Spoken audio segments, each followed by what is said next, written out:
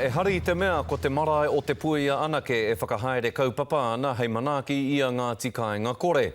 Kei te whakatūwhera hoki tētahi tarahiti Māori no te rohe o tauranga I ōna kuaha ki ngā whānau tuanui kore e whaha. Kia noho utu kore ai rātou mo te tau. Nei rā Ahania Douglas. He kākano I ruia mai I tāmaki, kua whai pakiaka I tauranga. So the idea came to us when the Tauranga Moana Trust Board put up their hand and said, we want to help. We've got a nice whare that we're not using, what can you do with it? E whānga whānau ka whai kāinga kore utu ki te āwhina I te hunga pō kaikaha. Kei te kapi katoa tēnei taone I te rawa kore, I te hunga kore kāinga. Nō reira, nā te tuinga whānau, nāna I kōkiri, I haere ki ngā iwi, ka tautokona mai ngā iwi.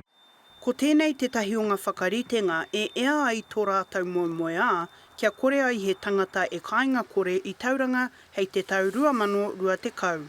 Ko te tuinga whānau te ingoa o te rōpū nei, he mea kōkiri nā ngā iwi o te takiwa. Ko ngā iwi o te moana o tauranga e tautoko ake ana I tēnei kaupapa, ko Ngāti Ranginui, ko Ngāi Rangi me Ngāti Pūkenga.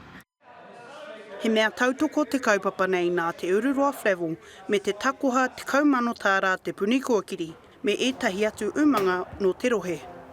Ahakoa te pūtea tautoko e ai ki ētahi te hia kore nei te kāwanatanga e whakamā nā te mea ko ngā rōpū Māori kei te parai te huarahi tiaki I te hunga kāinga kore.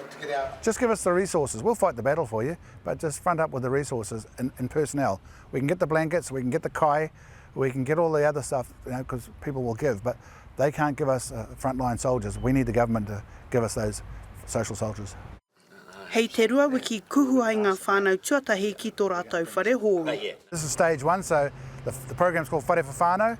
So we want to do 3 of these. This is Whare Tauranga, so we'll put 3 to 4 families in here for 10 weeks. So we can do 4 families at a time, by 10 weeks, that's 25 families a year.